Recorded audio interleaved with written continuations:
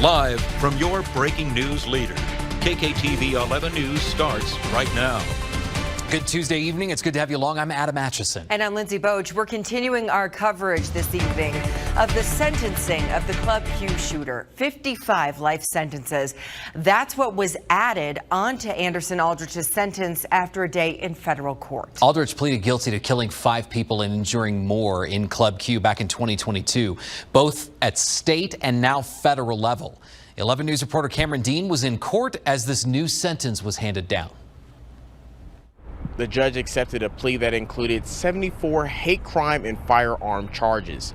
The judge said, quote, "It sends a message that acts of hate will be met with justice." Before the sentence was handed down, survivors addressed the courtroom, with some calling for Aldrich to be put to death. The judge said she couldn't consider it without a jury. The attorney's office says they have no tolerance for hate crimes and hope victims can take comfort in the justice achieved today. After the sentencing, Wyatt Kent, the partner of Daniel Aston, who was one of 5 people killed at Club Q, spoke about forgiveness.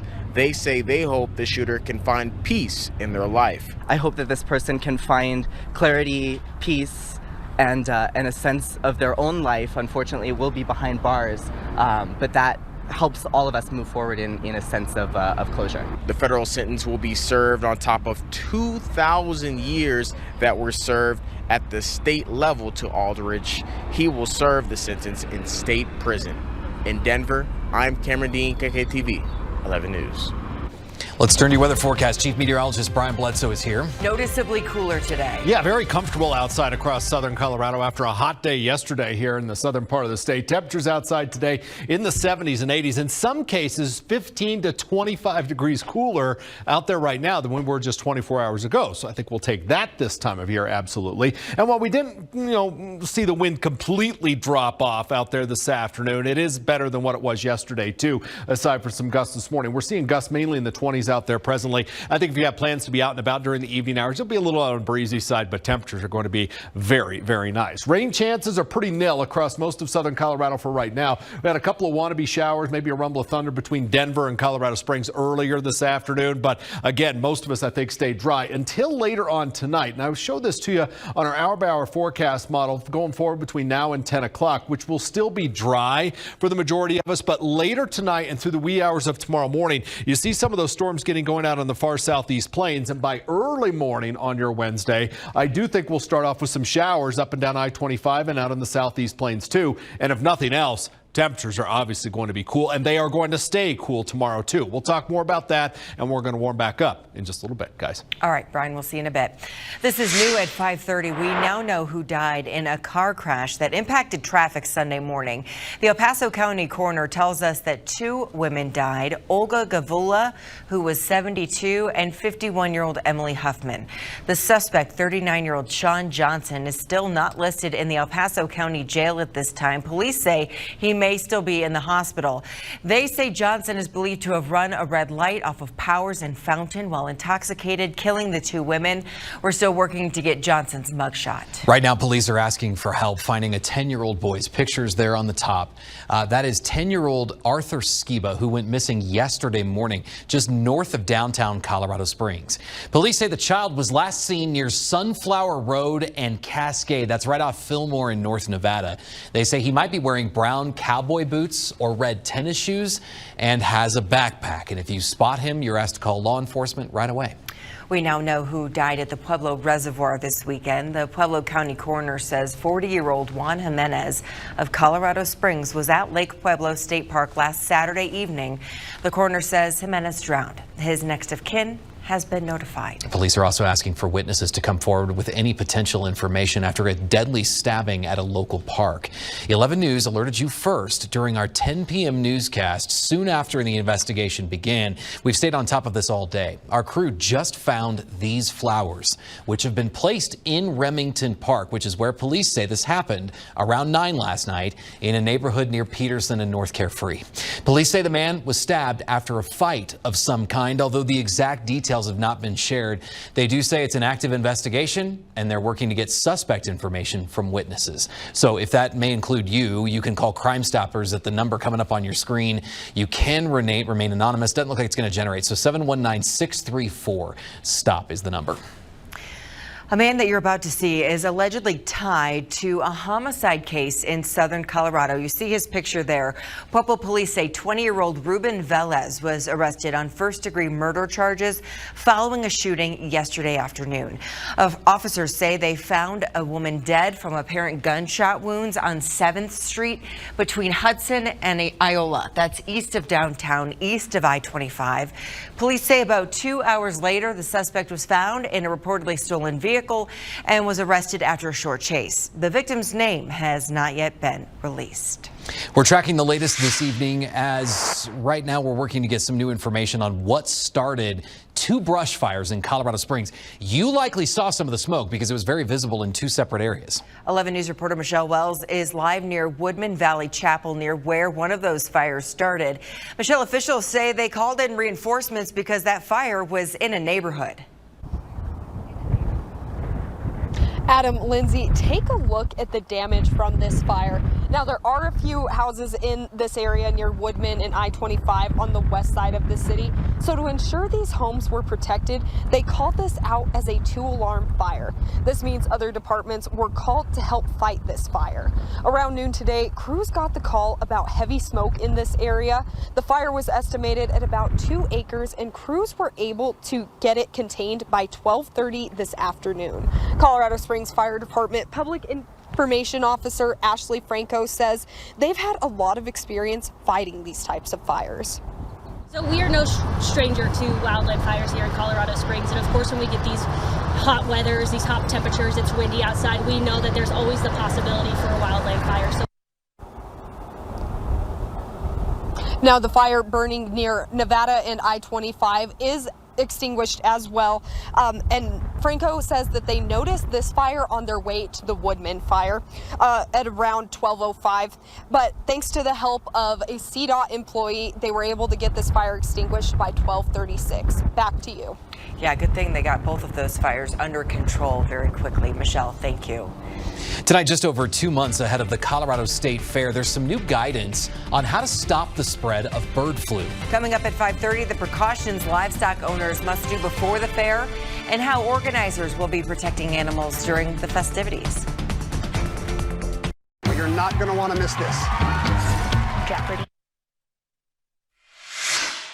A local Walgreens is now back open just days after a shooting in the store's parking lot. At this point, police say they are still speaking with the 2 people involved. That shooting sparked a massive law enforcement response at the store off Colorado and 31st Street in Old Colorado City Sunday. As of this afternoon, there are still no arrests in the case. Both people involved were hospitalized. The Colorado State Veterinarian's Office has new guidance designed to help stop the spread of bird flu at livestock exhibitions. And that includes the upcoming state fair.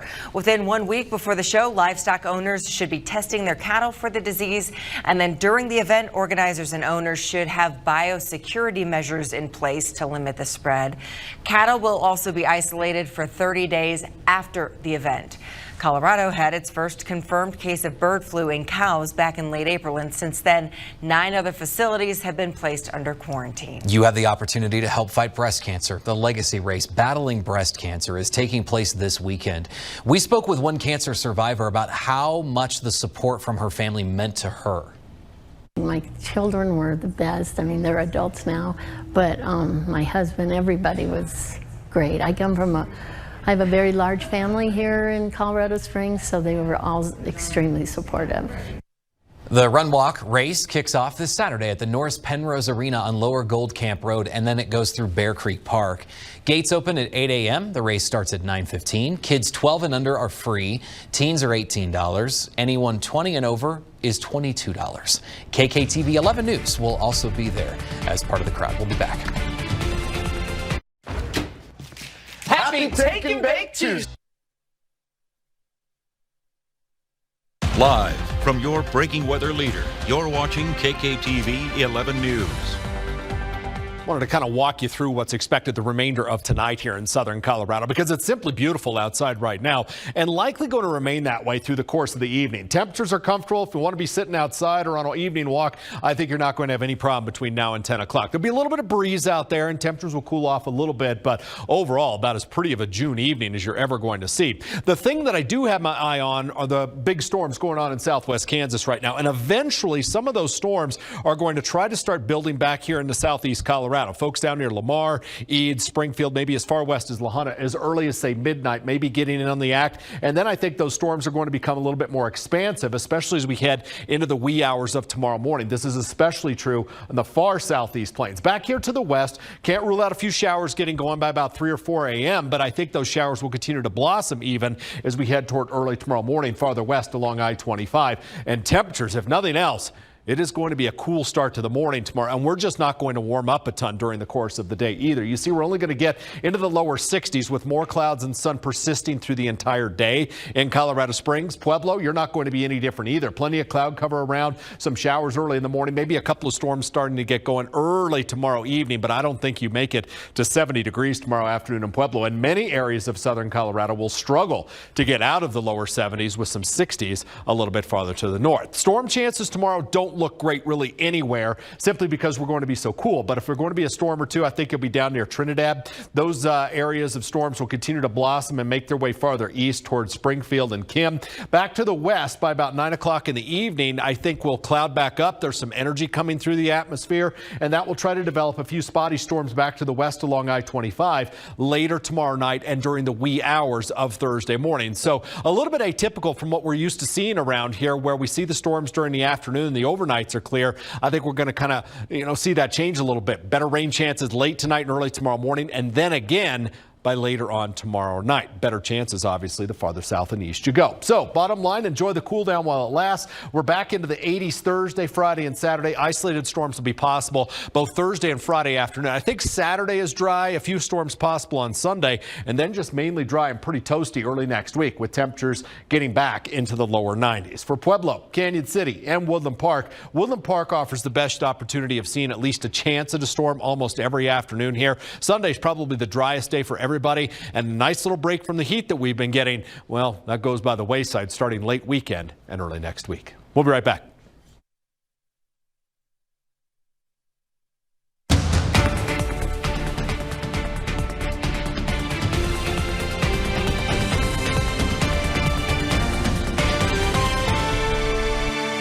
Here's three.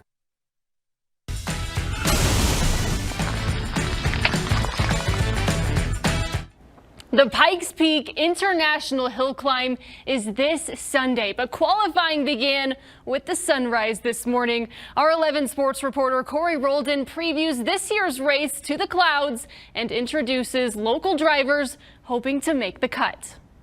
Respect the mountain.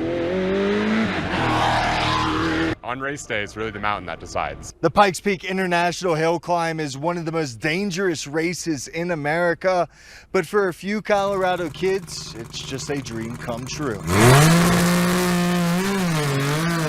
I started racing when I was 5 years old, quarter midgets. Raced everything from sprint cars, late models, to road course cars. I grew up watching this race, and actually as a teenager, I worked for some of the teams here. This is my second year on Pikes Peak, and yeah, it's just a dream come true. I used to introduce myself when I was young as like an aspiring driver, so racing this has come full circle. I actually never drove this road until I got accepted. I always told myself I was going to wait to drive this road until it was game time. As soon as I got the acceptance, I started coming here, every other day.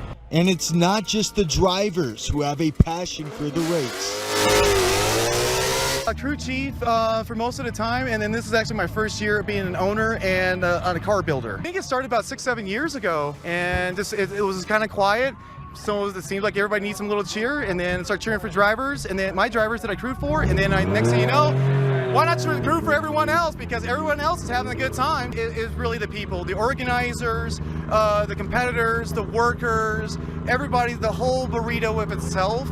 Everybody's been wonderful, and every year that we come back, it feels like it's like a family reunion. It will take 3 days to qualify for the race, first starting with the bottom portion of the mountain, then moving to the middle on Wednesday, and finally finishing up with the top of Pikes Peak on Thursday. The drivers will not get to drive the full course until Sunday when the race actually gets started. Covering the Pikes Peak International Hill Climb, I'm Corey Roldan, KKTV 11 Sports.